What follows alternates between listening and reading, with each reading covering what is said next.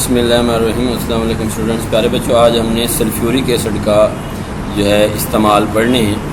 Sulphuric acid کا جو پہلا استعمال ہے جو آپ لوگوں نے پڑھنا ہے وہ ہے ڈی ہائیڈریٹنگ ایجنٹ۔ اب جو ڈی ہائیڈریٹنگ ایجنٹ ہے اس کو اردو میں ہم جو ہے بطور خشک کنندہ کے طور پر استعمال ہوتا ہے۔ اس کا مطلب یہ ہے کہ بہت ساری ایسی سبسٹانسز موجود ہوتی ہیں، ایسے مٹیریل موجود ہوتے ہیں جن کے اندر پانی والا جو ہے نا وہ آبی محلول وغیرہ یا پانی کے مالیکیولز ہوتے ہیں، تو پانی کو کسی بھی مٹیریل سے علیحدہ کرنے کے لیے ہم سلفیورک ایسڈ کا استعمال کرتے ہیں۔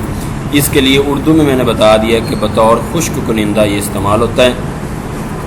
اگلا ہے کہ یہ بطور فرٹیلائزرز بنانے کے لیے استعمال ہوتا ہے، جیسے امونیم سلفیٹ، کیلشیم امونیم فاسفیٹ اور آگے ہے سپر فاسفیٹ۔ یہ انہوں نے نام بھی بتائے ہوئے ہیں کچھ فرٹیلائزر یعنی کھادوں کے، تو یہ بہت ساری کھادیں بنانے کے لیے بھی استعمال ہوتا ہے۔ In the manufacturers of celluloids, plastics, artificial silk, paints, drugs and detergents. یہ ڈٹرجنٹس کیا ہوتے ہیں؟ سوپ وغیرہ، سوپ جو آپ صابن وغیرہ ہم استعمال کرتے ہیں، برتن کے لیے الگ ملتا ہے، نہانے کے لیے الگ ہوتا ہے، کپڑوں کے لیے الگ ہوتا ہے۔ تو یہ سارے صرف یہ صابن، یہ سارے ڈٹرجنٹس ہیں، ان میں بھی سلفیورک ایسڈ کا استعمال ہوتا ہے۔ ان پیٹرولیم ریفائننگ، ٹیکسٹائل میں، پیپر میں اور لیدر انڈسٹری میں بھی استعمال ہوتا ہے۔ ان لیڈ سٹوریج بیٹریز، جو لیڈ سٹوریج بیٹریز ہوتی ہیں ان کے اندر بھی سلفیورک ایسڈ کا استعمال ہوتا ہے۔ بعض اوقات آپ لوگوں نے دیکھا بھی ہوگا کہ جو بیٹریز ہوتی ہیں اس کے اندر کہتے ہیں کہ دھیان سے بیٹری کے اندر تیزاب ہے۔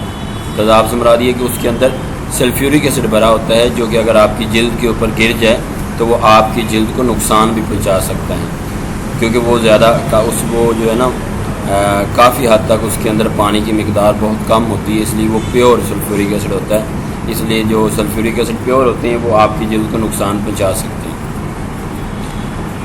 اس کے علاوہ اگر ہم بات کریں تو یہ ڈائیگرام جو ہے، اس ڈائیگرام میں آپ کو مزید جو ہے وہ بتا دیا جائے گا۔